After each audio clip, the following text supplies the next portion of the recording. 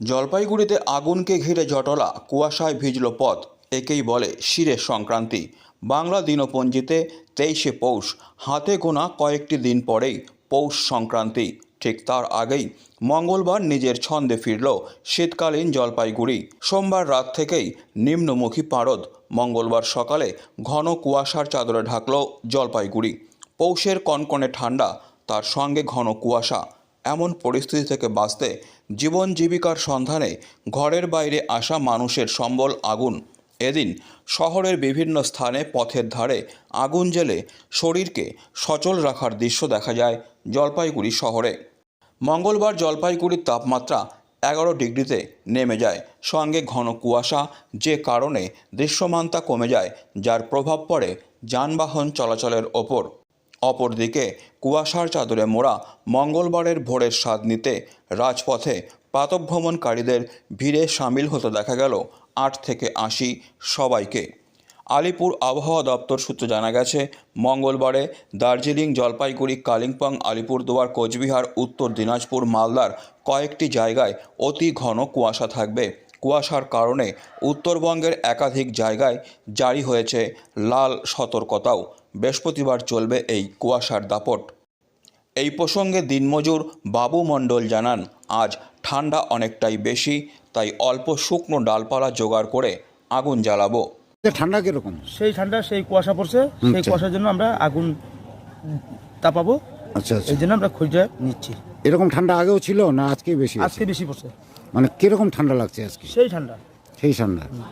কুয়াশার সঙ্গে ঠান্ডা প্রসঙ্গে প্রাতঃভ্রমণকারী জয়শঙ্কর সাহা বলেন, আজ যেভাবে কুয়াশায় ঢেকেছে জলপাইগুড়ি, তার থেকেই বোঝা যাচ্ছে পৌষ সংক্রান্তি আসছে। এই আবহাওয়া সেই সংক্রান্তিরই পূর্বাভাস। গত কয়েকদিনের তুলনায় আজকে কুয়াশা প্রচণ্ড বেশি এবং মনে হচ্ছে এটা আগামী সংক্রান্তির পূর্বাভাস। আচ্ছা, টেম্পারেচার আগের থেকে তুলনায় একটু বাড়ছে, মানে ঠান্ডাটা বেশিই পড়েছে, বাস এটুকু। আজকে কুয়াশা খুবই বেশি, খুবই বেশি, মানে হাঁটা চলাতে অসুবিধা হচ্ছে। অসুবিধা তো হওয়ার কথা না, যারা বয়স্ক লোকদের হাঁটা চলার ক্ষেত্রে অসুবিধা হবে। গাড়ি ঘোড়া, হ্যাঁ, বয়স্ক লোকদের ক্ষেত্রে অসুবিধা হবে, এটা বলা যেতে পারে। গাড়ি ঘোড়া চলতো কি? গাড়ি ঘোড়া চলছে, গাড়ি ঘোড়া চলছে, কিন্তু সমস্যা হবে কি কুয়াশার জন্য গাড়ি ঘোড়া? হ্যাঁ, হাই রোডে তো গাড়ি ঘোড়া চলার ক্ষেত্রে তো সমস্যা হবেই। আচ্ছা। অন্যদিকে সোমবার সেচ দপ্তরের জরুরি বার্তায় তিস্তা নদীর পাড়ে বসবাসকারী বাসিন্দাদের তিস্তা নদীর বুক থেকে সরে যাওয়ার জন্য মাইকিং করা হয়। উল্লেখ্য, তিস্তা নদীর গাজলডোবা ব্যারেজ থেকে জল ছাড়ার সতর্কবার্তা জারি করে সেচ দপ্তর। যদিও প্রশাসনের পক্ষ থেকে তিস্তাপাড়ের বাসিন্দাদের সজাগ থাকতে বলা হয়েছে।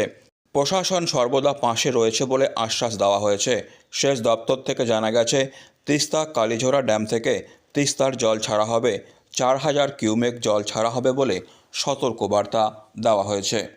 সমস্ত তিস্তা নদী সংলগ্ন গ্রাম পঞ্চায়েতগুলিকে জানানো যাচ্ছে যে তিস্তা নদীর জলস্তর 4000 কিউমেক জল ছাড়ার কারণে জল বৃদ্ধি হতে পারে। এর জন্য সমস্ত চরে বসবাসকারী সমস্ত জনসাধারণকে নিরাপদ দূরত্বে থাকার জন্য অনুরোধ করা হচ্ছে। একটি সরকারি ঘোষণা, তিস্তা নদীর সংলগ্ন বসবাসকারী সমস্ত জনসাধারণকে জানানো যাচ্ছে যে তিস্তার জলস্তর 4000 কিউবিক জল ছাড়ার কারণে জল বৃদ্ধি পাবে।